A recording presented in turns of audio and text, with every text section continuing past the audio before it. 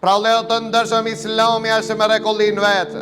Allahu Azza wa Jalla ka përzgjedhë dhe ai mbikëqir këtë tokë, e nuk janë njerëzit të cilët e mbikëqirin këtë tokë, ato të cilët e mbikëqirin këtë tokë janë të përkohshëm, ndërsa Allahu Azza wa Jalla është i përhershëm.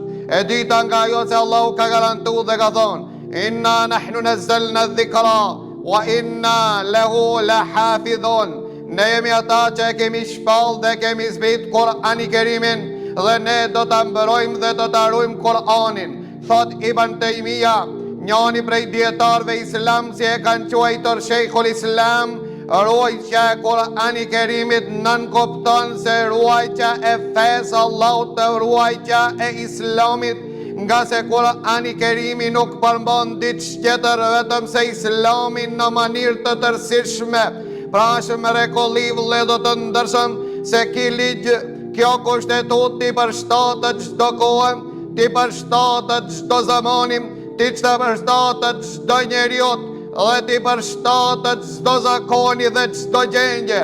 Nuk ka sistem si varfaqen e tokës, dhe nuk ekziston ndonjë kushtetut e cila nuk përpunohet nda, që nuk ndryshohet ajo, që nuk votohet dhe nuk heket dhe nuk rënohet, përveç se Islami është fe e cila i ban mbar njerëzimit, nga se është e përzgjedhur prej anës Allahut Azza wa Jall.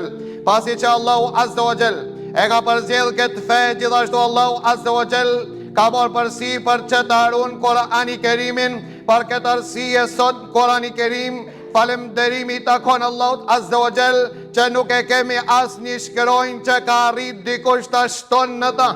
S'ka arrit askush që të manipulon me ta, s'ka arrit askush që të mangëson diçka në ta, s'ka në arrit edhe shtremça që kanë tentu të shtremojnë kuptimin e Kur'ani Kerimit, sot e kësaj dite s'ka në arrit që të shtremojnë kuptimin e Kur'ani Kerimit. Janë përpiqur që t'i hekin disa jete që nuk i përshtatet politikave të ndryshme të tyre.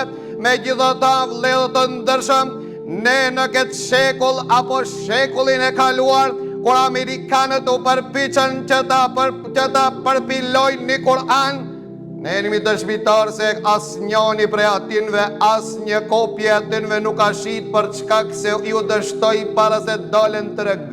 Pra vëllezër të ndërshëm, ky Kur'an është i mbrojtur prej anës Allahut Azza wa Jall. Për këtë arsye Islami nuk poshtet asnjëherë.